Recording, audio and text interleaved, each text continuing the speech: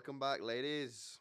It's Tremelo Nights, and I don't even know what I do know what I'm going to talk about. But first of all, notice the change. Notice anything different?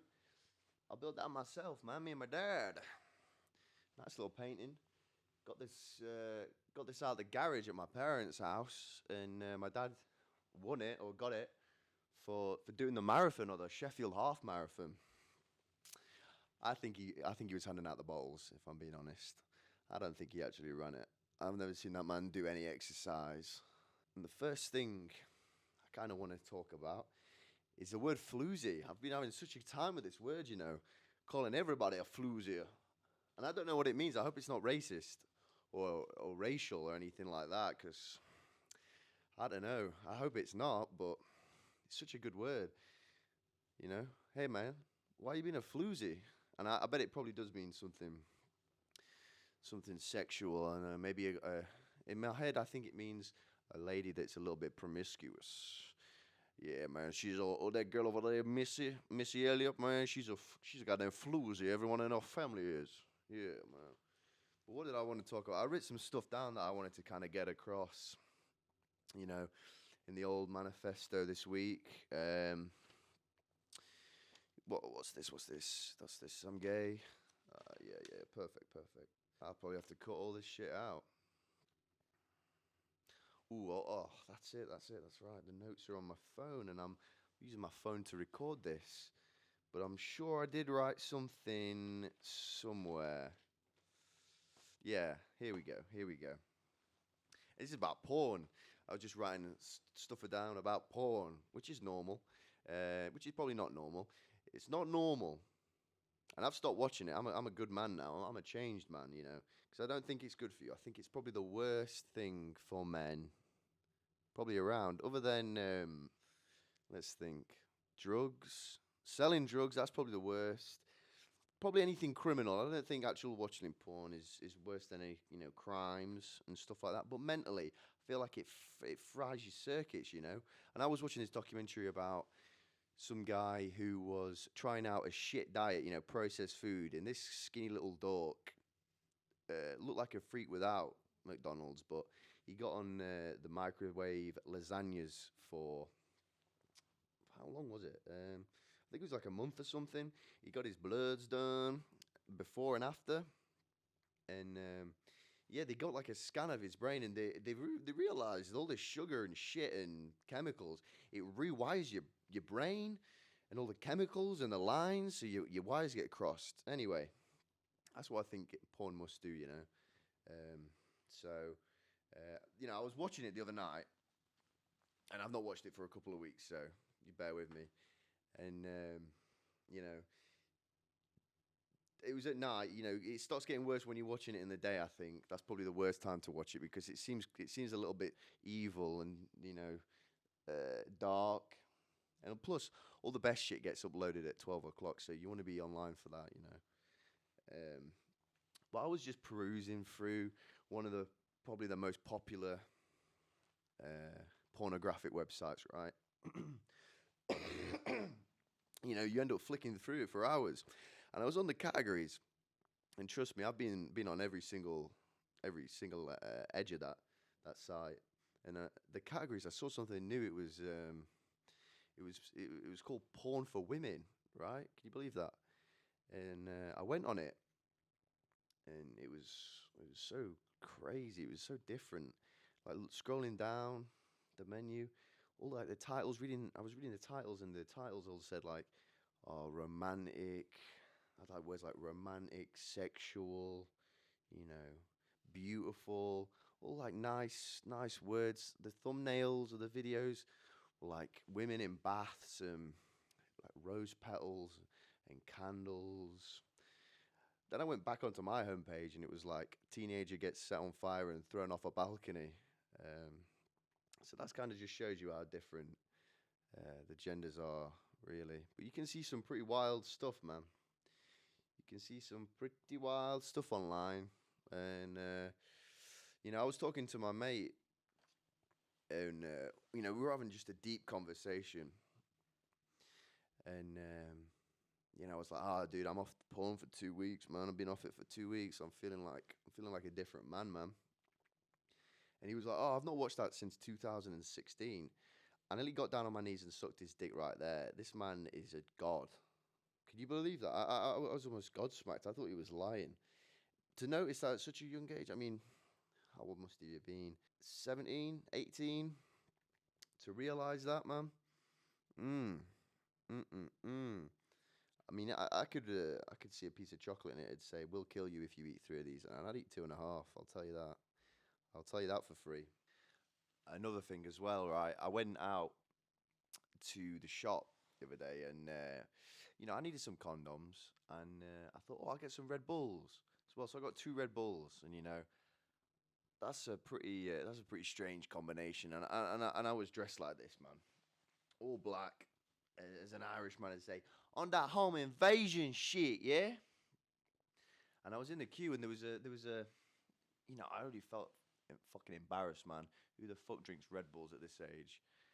And I put the condoms and the Red Bulls on the till. And there's a woman and a daughter behind me, and I just felt terrible, man. I looked like, after I was done buying these, I was gonna go run around the park listening to Skrillex sexually assaulting people, but I wasn't.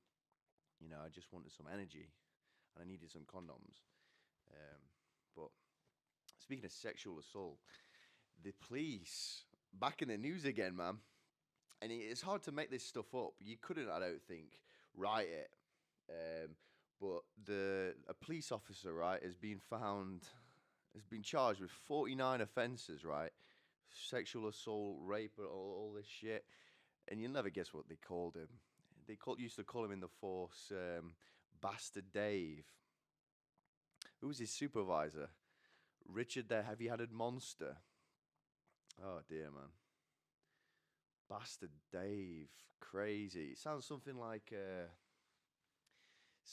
medieval, like a king or like some royal man. Like fuck. And you go, this guy's a piece of work. It sounds like. I actually met a police officer the other day, and they're nice people. I felt like saying, "Hey, man, you guys are coming under serious fire at the minute. Could you add me to one of these WhatsApp groups where you send pictures of dead bodies?" But I don't think they would have liked that. But yeah, it don't sound like they're hiring the best people. I was talking to my dad about it, and he said that he actually applied to be in the police like 20 years ago, when I was younger, and he spelt something wrong on one of the tests, so they didn't let him in. That's crazy, man. That's crazy. They're running around raping and robbing people and beating them up, but Daddy-O spells a name wrong, and didn't get let in. Just shows you the priorities, man. Strange. As well in the news, a couple of weeks ago, maybe last week, a kid brought a gun into school and shot his teacher in the face. We used to just say the dog ate our homework back in my day. Just shows you how much things have changed. And then only a couple of days ago, there was another story that someone was doing a drive-by and one of the stray bullets clipped a kid in the face. Very funny, very funny. Kind of the way of the universe balancing the scales, if you ask me. Getting an equilibrium back. Take notes, toddlers. Team adult, don't fuck around. We'll get you while you're sleeping. It's amusing to imagine what happened straight after, the guy, the kid, sorry, shot the teacher in the face. Obviously he was probably straight away tied up and thrown in the back of a van somewhere.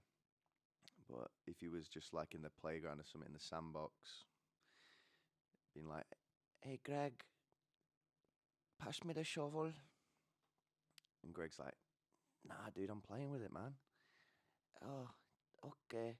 Did you hear the loud bang earlier, mate? And all the screaming, yeah?" "Yeah, I did. It was really scary. That actually, quite traumatizing." "Yeah, that was me, mate. That was me vaporizing me Miss Mulberry, mate. She didn't let me do any colouring in, mate. So give me the shovel, mate." Apparently, as well, the kid brought in bullets days prior to the school, which is I don't know if you're seeing that as a kid. That's not a good show and tell. Usually, they bring in drawings. I used to bring in drawings and stuff like that. Not bullets. That's got to be a sign, right? That should be like a pretty big red flag, really, that the kid's no good. We should probably just put him in a blender or something. All I seem to talk about is horrible. It's either some sort of sexual assault or some shit, or feces or something like that. But the last one is a bit of toilet stuff, because that's where I spend most of my days, man. I shit 3 times a day, baby. That's an hour a day I spend on the toilet. And I was thinking, right, while I was on the toilet, that you know when you wipe too much, your bottom sometimes, like on the last one, it's kind of a little bit of blood on it. Now that's not blood in my shit. I'm not shitting blood. I'm just saying the outskirts is getting a little bit, beaten from wiping a lot. And when you see that, it's not really alarming, is it? It's kind of like, oh, it's on my bum. So what? If I had a cut on my hand and I went back and wiped my arse and I had shit all over my cut and hand, I would start crying and I would call an ambulance. I would be so scared. That was like the worst thing imaginable. But when it's like a little cut on you, when you can't even see the cut, but the thought of it's just not alarming whatsoever. It's strange, that really strange. And I was telling my friend this, and he said that he was doing a first aid course, and the teachers of the course was saying that a story about a child in school had a cut, and one of the teachers there got a paper towel from the toilet and wiped it, and the kid ended up getting sepsis, which is not the point of the story. The point of the story is that the family got like £3 million settlement from the school, I imagine, or something like that. That's crazy. And that is a lot of money. I mean, if I had a kid, I wouldn't cut them open. But if they had a cut, I would say, go to the toilet when you're in school and wipe shit all over your cut, and then blame it on the teacher. Okay? And then gets a new Xbox game every month for the rest of his life. Hey, both people win. Not bad. I've got another story about a toilet, and I was at someone's house using their toilet, right, and went up for a little wee. Had a wee. I'm pissed all over the seat, like I do every time I go for a wee. I forgot to put the lid up. I was probably drunk, and there wasn't any toilet paper to wipe up the piss. So we're in a bit of a situation now, right? Now I'm looking around, I'm panicking. I usually use my sock, and I don't know why I didn't. I usually, this makes me out to be a real freak, but worst case scenario, I use my own sock if there isn't anything. But I might have been bare feet. I don't know. So the only thing in there was a hand towel. So I debate whether to do it or not. In about half a second, I finally think, I'm going to use the hand towel. So wipe all the piss off the seat with a hand towel, put it back on the rack, and then go and wash my hands. Now I've washed my hands and they're wet through. Now the only thing to use to dry them is the towel that I just wiped all the piss in. So that's another thing. That's what makes me think God is looking down on a lot of us, and thinking, "Pooh, you need to learn, boy. You need to learn." And I learned right then, don't wipe your piss up with hand towels, or at least think about what you're going to dry your hands with after. And thinking back on it, why don't I just wipe my hands on myself? 'Cause it's never been a problem before, but I never really thought that far in front, which obviously is evident by the fact that how that situation played out. There's a lot of plants in here. They're all my roommates, and when he first got them, I was like, oh, I don't know, man. I don't know. I kind of don't like plants. I felt like they were like conspiring against me a lot of the time as well, like talking to each other while I was upstairs. Yeah, and a lot of them would die as well because we smoke so much in here. It was getting to a point where we were the only living animals that survive being in here, which was quite a scary thought. because all the plants were just dropping dead like that, and they'd have to be taken to a plant hospital and revived. And it worked. Obviously now things are a lot better in here, and there seems to be a lot more oxygen to go around. And they've grown on me, these plants. Below the camera, there's a few more, but I really like these. I like the ones with red in them. Green is kind of played out, in my opinion. Grass kind of has the gold medals, I think, for the green on plants. Leaves, a lot of shit like that. I've seen a lot of green leaves. Give me something different. Give me a nice red, orange, a blue. That'd be crazy. I don't know if they do blue plants. I might have to look into that because that'd be wild. But I like these ones that hang down. Kind of cool. They're a bit hairy, a bit weird. There's one over there as well. This one's cool. I don't know if you can see this, but it's kind of a bit of a big leafed sexual thing. That was the one where I saw it. I was like, all right, okay, I can get behind the plants now. And we've got a kumquat tree as well, which seemed like it killed itself a few months ago. But that's the thing about plants; they kind of kill themselves regularly, and it's quite scary. But they always seem to bring it back, which is admirable because that shit doesn't happen with humans. It's kind of a one and done situation. But I'm a big flower lover. I love flowers, and I went to Aldi the other day, and they had some daffs on selection, which obviously the yellow flowers up there. So I picked myself some up, and it's a little bit early, you might be thinking, for daffodils, because it's usually spring in it, right? But you know what it's like with globalization now. They can get that shit from Australia or whatever. I wonder if they have that in Australia. Probably. And there's not many times, living in England that you feel that you're the minority, especially as a white person. But me and my friend went to a gig, and it was this Taiwanese band. I think that's right. Yeah, the little island off of China, right? And they make great music. I love music, and my friends saw that they were making their little debut in England and doing a little tour. So we got tickets, and that was as a joke before we were going like, oh, we're gonna be the only white people there, man. It's just gonna be us, dude. So pack a packed lunch, because if we get locked in there, man, things are gonna get feisty.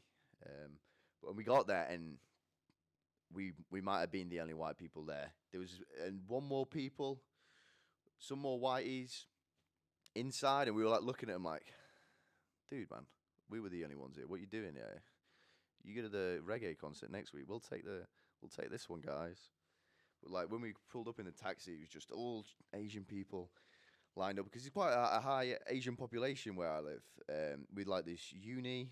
It's a lot of uni students. I think they come over here to study, and the clothes that they wear, it's mad how much money and how well dressed a lot of Asian people are.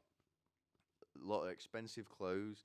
I was just like walking around like looking at the shoes all night. It was pretty mad. But the music was great, man.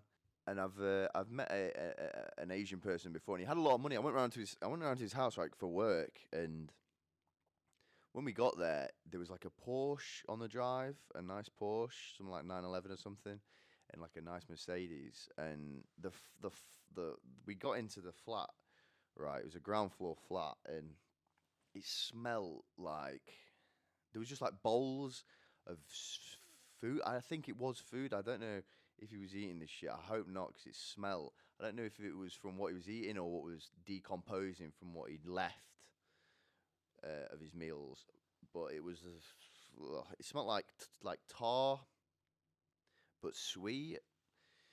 Crazy stuff. Anyway, this guy had just been caught speeding, driving his car real fast, and the guy that was walking around was like, yeah, his parents do manufacturing for the Chinese military.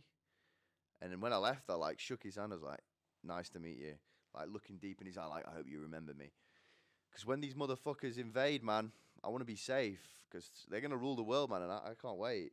It was nice to know that I'd shook the hand of the kid that will probably make the uniforms of the army that inevitably destroy England. So that really filled me with a lot of joy. I went home and told everybody. Exciting stuff. The end.